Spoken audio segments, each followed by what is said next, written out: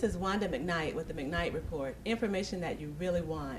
So much has been happening politically lately that we've just decided to bring you in an expert. So we have Dr. Lorenzo Morris in to help us figure out what to do with all this information. Osama Bin Laden capture is a major game changer, but on so many levels. Do you think it's a game changer on the way, or in terms of the way that President Obama will have to be regarded by a lot of his critics?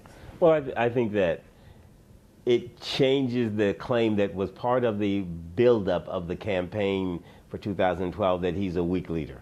Weak and strong leadership is often very symbolic. But a success here, and the symbolic value of this success because it covers such a long period of American history, is something that's going to be inescapable in future campaigns. They're going to have to criticize perhaps the choices of leadership, but they can't go along with the idea that he's an indecisive leader. And I think they staged, to some extent, the capture of bin Laden to reinforce the decision-making quality of the White House at every step along the way. And we see the film of him sitting there making decisions. Even Hillary Clinton, whose strength as a leader hadn't been criticized, actually covering her mouth. So that you get this whole image of a decisive person surrounded by good people, but all of whom were awed by the circumstances of the moment. And that does have an effect. But remember, in 1992, many media commentators and others thought that Bush Sr. was unbeatable because of the success of the Gulf War. And it only took a few months for Americans to forget. So American memories are not the shortest in the world, but they certainly are not without limitations. They forget. Now, what about whether or not the removal of Osama bin Laden is a game changer in terms of what's going on in the Middle East? Well, I think that it's up to the president. It does not change things if we do not change as a consequence of this. One of the important factors, in my view, of Osama bin Laden's capture is that it puts an end to an emotional stress beyond the actual physical stress. I thought about the capture the night it occurred and thought it was a very good thing. But the next morning I really felt it because the next morning I thought about it at the same time 10 years ago when I woke up to the attack. And in the early morning hours I felt the same brief spurt of emotion that I felt then, and realized that there was this overwhelming sense of national insecurity that led to reactions all around. And I think that the president has to act on that, the reinforcement of the sense of national security, just as Roosevelt did in World War II. And that's something that goes beyond the physical act of capturing a terrorist. It says this is a nation that can turn to its problems. It says we can withdraw, not from the universe as in becoming an isolated country, but we can withdraw from some engagements. And it says to others that the U.S., that they have complained about. Remember, Osama bin Laden's early claims was that he wanted to get the U.S. out of the Middle East. Now, we might not care about that, or we might want to go against him if getting out of the Middle East wasn't something that we also want in some level. We don't want to be in Libya. We don't want to be in Iraq. And we want to get out of Afghanistan. I think we should, if we take this opportunity for our own interests, both moral and economic, and that's an emotional sense of interests, we will also benefit our international interests. So that is where the decision-making yet to come is critical, because Osama bin Laden's death will not change our images. Our image is internationally and locally without some subsequent action that corresponds to it. Let me ask another question about Osama bin Laden. Now that he's gone, and I think that we all felt, or it was widely recognized, that he was the head of Al-Qaeda. Should we be overly concerned about retaliation, about what's going to rush into the void, so to speak? I mean, whoever comes after him could be worse. Yeah. Well, I'm not sure that one could say he continued to be the effective head of Al-Qaeda. There are people like al-Zawahiri and others who were supposed to be in operational control. And then, of course, the Yemen Al-Qaeda, which is separate from the Al-Qaeda that he seemed to control from Afghanistan and Pakistan, so that his role had significantly diminished. But still his importance was undeniable because of his symbolic leadership and sort of coherent charisma that he held with many. Should we be afraid of retaliation? I don't know. Well, we can't be excessively afraid of retaliation if we're going to be afraid of it, but I think we have always had to be vigilant. And that's a matter of international concern and international sort of testing and speculation, investigation, and I think that's all we can do. But ideally, in my view, the best way to avoid or to escape retaliation or to minimize its effects is to do the things which make us stronger. And that's why I was talking about bringing the troops home.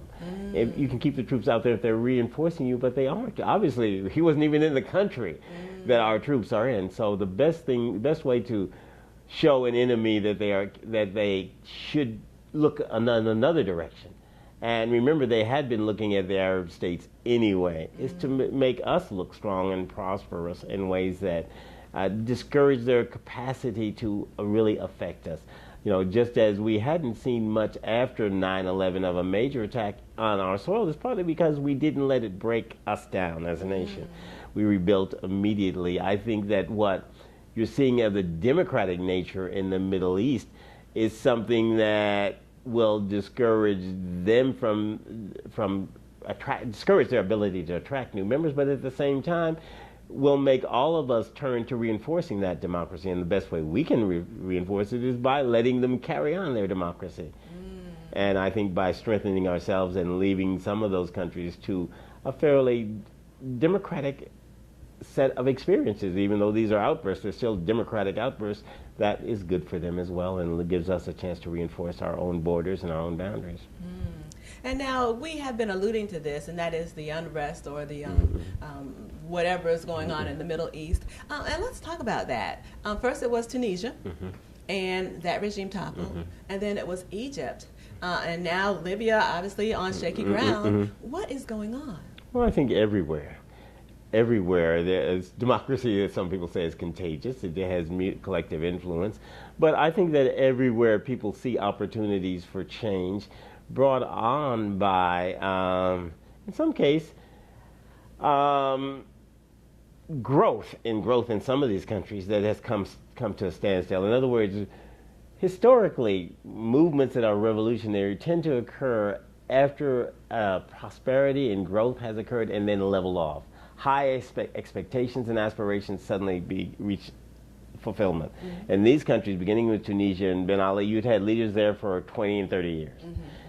Prosperity had been enough to keep a small but growing middle class in line. Now the prosperity has come to an end. Libya has had one of the highest redistributions of income in that region, but after 40 years of Gaddafi, expectations far exceed the capacity of the state to respond. And it's a very state-centered city, so the state-centered government. So that in many places, a stagnating economy, or at least once prosperous and now stagnating country, has led to disappointment.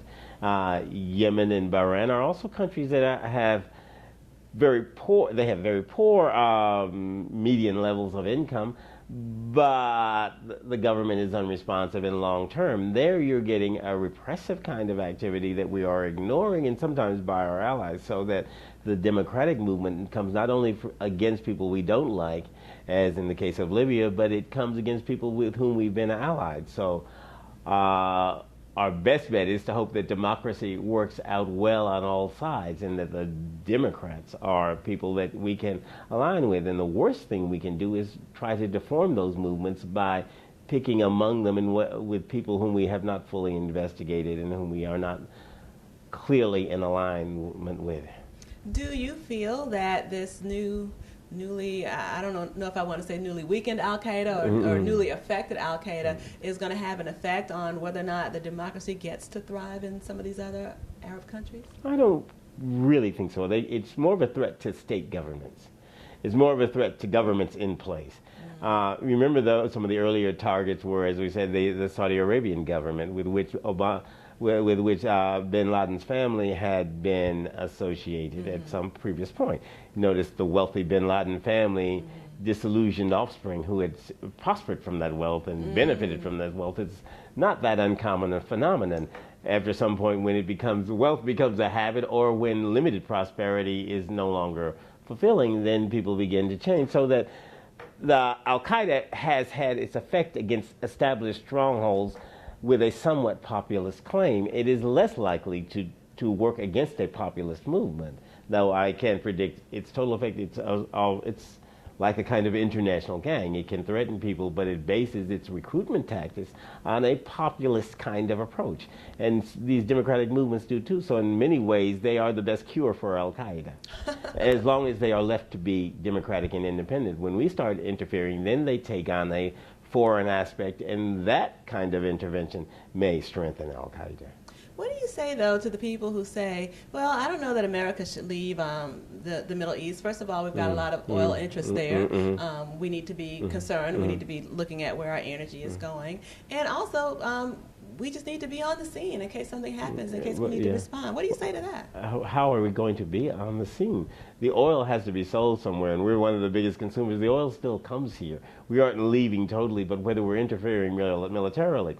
NATO troops, with our major involvement, dropped bombs on Gaddafi's family. What happens if Gaddafi is overthrown? That means that a large part of that opposition, once they take power, will still feel that the U.S. is a threatening and intervening force.